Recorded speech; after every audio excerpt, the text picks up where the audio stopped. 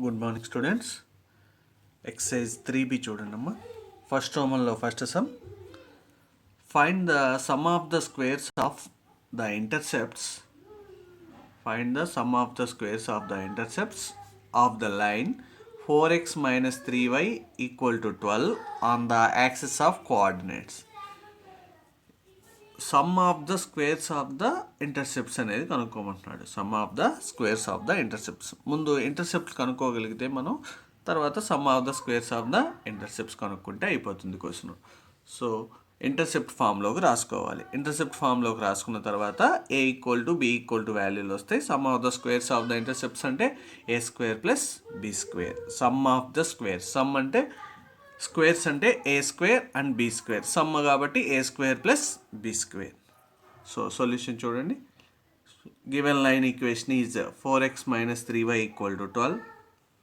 మనం ఇంటర్సెప్ట్ ఫామ్లో రాయాలన్నాం కాబట్టి నేను ఆల్రెడీ చెప్పుకున్నాం A X plus by equal to minus C అని ఉంటే మైనస్ సితో డివైడ్ చేసుకునే వాళ్ళు. అట్లాగే ఇప్పుడు 12తో డివైడ్ చేసుకుంటున్నాం. 4x/12 plus minus 3y/12 equal to 12/12. That is x/3 plus y/-4 equal to 1.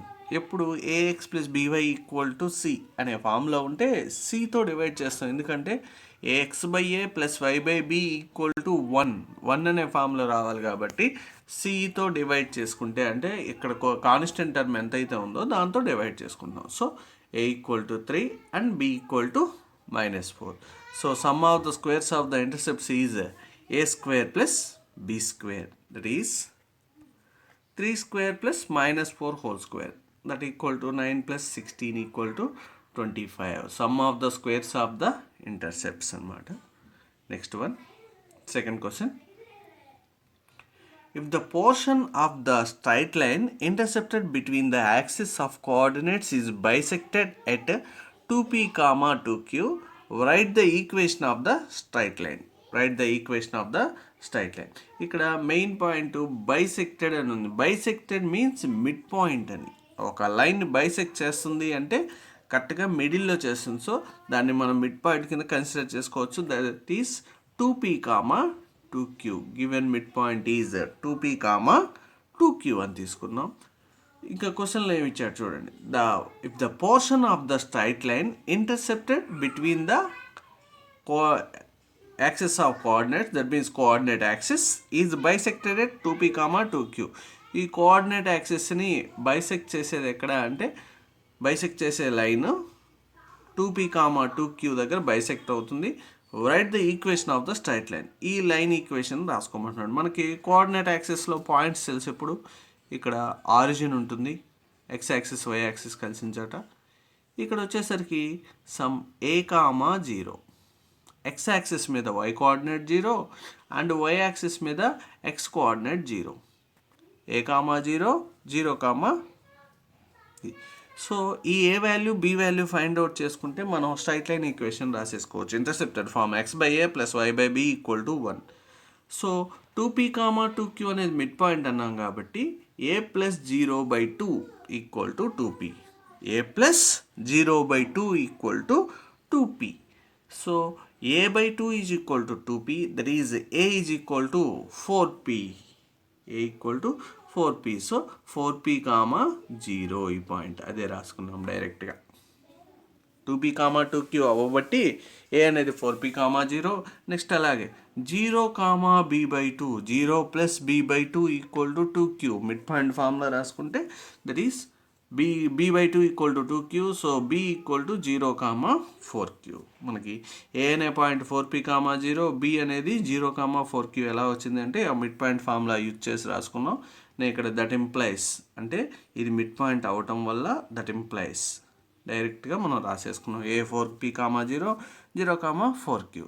So straight line equation x/a plus y/b equal to 1. That is x/4p plus y/4q equal to 1.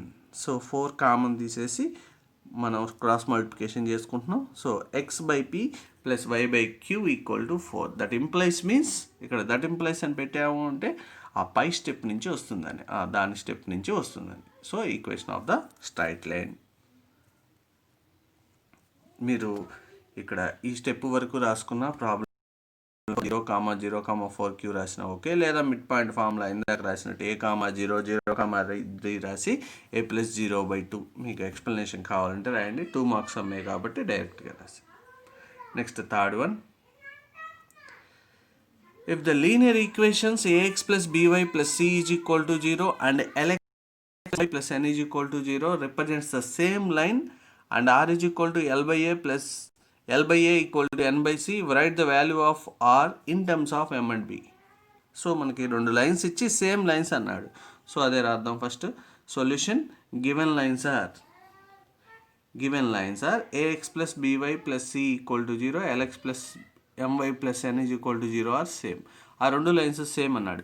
Same means మనం formula రాసుకున్నాం నిన్న, a1/a2 equal to b1/b2 equal to c1/c2. దాన్ని a1:b1:c1 equal to a2:b2:c2 అని రాసుకున్నాం మనం. అంటే వాటి ratios equal అవుతున్నాయని. So a1/a2 equal to b1/b2 equal to c1/c2.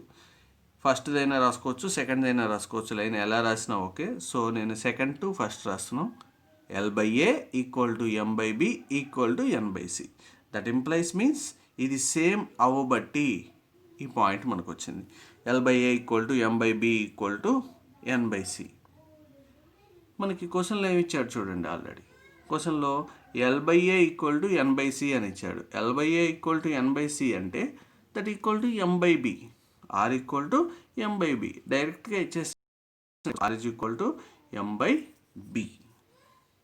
So వాడు కనుక్కోమంది r value with respect to L and A అంటే క్వశ్చన్లో వాడే ఇచ్చేసాడు. ఆర్ వాల్యూ ఎన్ అండ్ సిలో కనుక్కోమంటే అది డైరెక్ట్గానే ఇచ్చేసాడు. మనల్ని ఎం అండ్ బిలో in terms of m and b అని కనుక్కోమన్నాడు కాబట్టి so r is equal to m/b అని వస్తుంది. నెక్స్ట్ వన్, ఫోర్త్ క్వశ్చన్ చూడండి. Find the angle made by the straight line y is equal to -√3x plus √3 with the positive direction of x-axis measured in the counter-clockwise direction. నేను చెప్పాను counter clock wise అన్నా positive అన్నా anti clock wise అన్నా ఒకటేనని. So positive x-axis positive డైరెక్షన్లో ఉందని.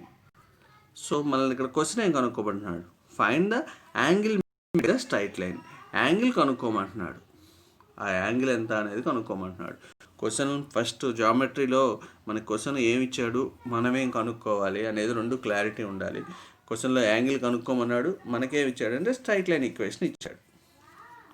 So ఈ రెండే ఇక్కడ మనకి ఇది గివెన్ ఇన్ఫర్మేషన్, ఇది కనుక్కోమన్నది. ఇదంతా దాని గురించి description. Positive direction of X axis measured clockwise direction ఇదంతా. So given line equation is y is equal to -√3x plus 3, y is equal to mx plus c. Slope intercept ఫామ్లో ఉంది కాబట్టి m is equal to -√3. m means tan theta. So that is tan theta equal to -√3. ఇక్కడ మనకి trigonometry రావాలి. ట్యాన్లో -√3 value ఎంత అంటే 2π/3. అది ఎలా వస్తుందంటే tan వాల్యూ మనకు ఆల్రెడీ తెలుసు √3 అని మనం ఎర్లియర్ క్లాసుల్లో నేర్చుకున్నాం. -tan π/3 లేదా నెక్స్ట్ ట్రిగ్నామెట్రీ వస్తుంది మనకి 1 yearలో ట్రిగ్నామెట్రీ ఉంటుంది. అవి బై హార్ట్ చేస్తారు మీరు వాల్యూస్ అంతా. √3 value tan π/3 tan 60 equal to √3. So -tan θ అని మనం ఏం రాసుకోవచ్చు అంటే tan π minus θ. tan π minus θ is -tan θ. Second క్వాడ్రంట్లో tan ఈజ్ నెగిటివ్, π మైనస్ θ అనేది మనకి సెకండ్ క్వాడ్రంట్లో వస్తుంది. ట్యాన్ నెగిటివ్ కాబట్టి tan π మైనస్ θ. tan π మైనస్ π/3ని మనం ఏం రాసుకోవచ్చు అంటే tan 2π/3. సో ఫైనల్గా మీరు ఈ స్టెప్స్ అన్నీ రాయకపోయినా ఇక్కడ మనం గుర్తుపెట్టుకోవాల్సిన main point tan 2π/3 is equal to tan 2π/3 equal to -√3. ఇది డైరెక్ట్గా రాసినా సరిపోతుంది. tan θ is equal to tan 2π/3. θ is equal to 2π/3. Next one, fifth one, the intercept of a straight line of the axis of the coordinates are a and b. If p is the length of the perpendicular drawn from the origin to this line, write the values of p in terms of a and b. Intercept of the straight line on the axis of coordinates are a and b. అంటే intercept ఫామ్లో ఉంటే a and b intercepts, P అనే దాని గురించి చెప్పాడు. P is the length of the perpendicular from the origin. మనం normal form రాసుకునేటప్పుడు P అంటే అదే కదా, ఆ డెఫినేషనే రాసుకున్నారు ఇక్కడ. Next write the P in terms of AB. అంటే ఆ నార్మల్ ఫామ్లో ఉన్న పి ఉంది కదా, దానికి ఇంటర్సెప్ట్ ఫామ్లో ఏబీలు ఎలా వస్తాయో రాయమన్నాడు. పి అంటే length of the perpendicular drawn from the origin. So first intercept ఫామ్లో ఈక్వేషన్ తీసుకుందాం. That is x/a + y/b = 1. p is equal to perpendicular distance from origin to line. Origin నుంచి ఒక పాయింట్ నుంచి లైన్కి ఉన్న perpendicular distance, point to line perpendicular distance formula mod of ax1 + by1 + c/√a² + b².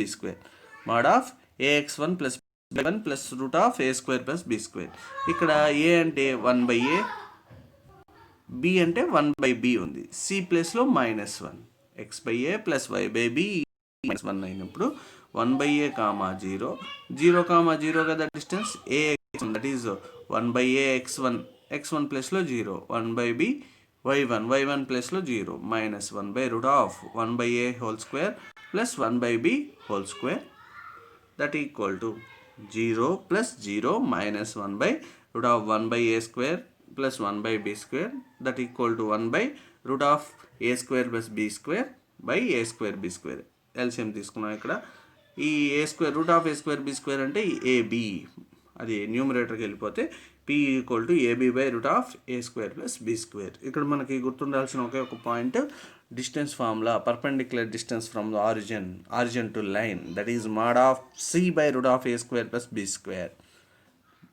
Point నుంచి లైన్కి ఉన్న perpendicular distance mod of ax1 + by1 + c/√a² + b². Origin నుంచి ఉన్న డిస్టెన్స్ mod c/√a² + b².